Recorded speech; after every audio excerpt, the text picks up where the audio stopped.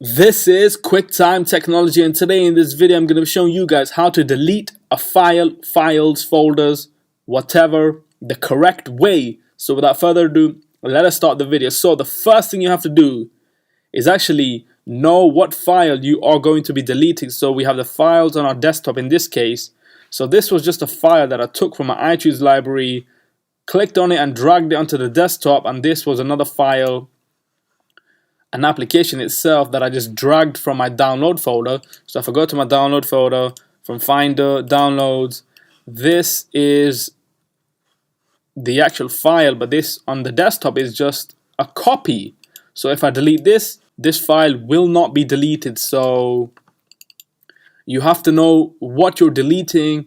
However, this file on the desktop is not in use. So if I delete it, it will not be affected from my iTunes library, because if I go to my iTunes library, which is on Finder, go to Music, iTunes, iTunes Media, Music, go to the file itself, so big L and the big picture.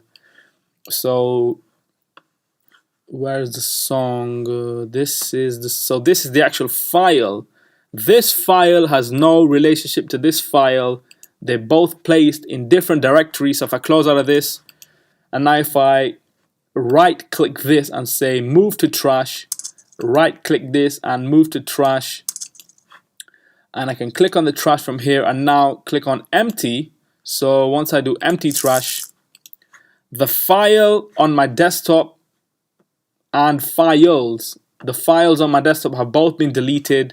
However, Finder, Downloads, this file was never touched, and if I go to my Launchpad, that file was never touched.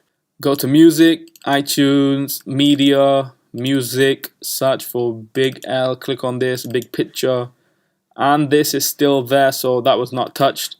So that's how you delete files the correct way without touching the actual directory.